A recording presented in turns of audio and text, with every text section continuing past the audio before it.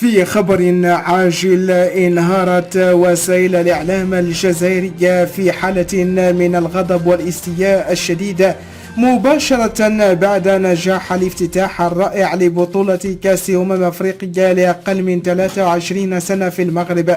وقد أثارت الاحتفالات الرائعة والبهية والعروض الاستعراضية المذهلة استغراب الصحفيين والمحللين الجزائريين الذين توقعوا أداء مختلفا للمغرب.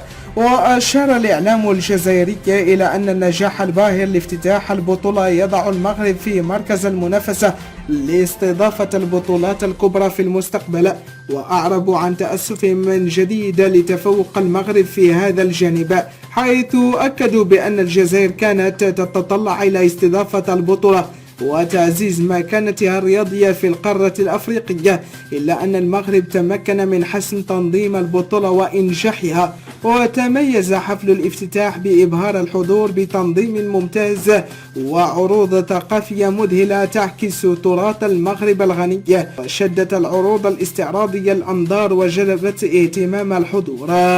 شكرا لكم متابعينا الكرام على حسن المتابعة. إلى الفيديو القادم إن شاء الله. نتمنى منكم تشجيعنا بلايك وتعليق والاشتراك.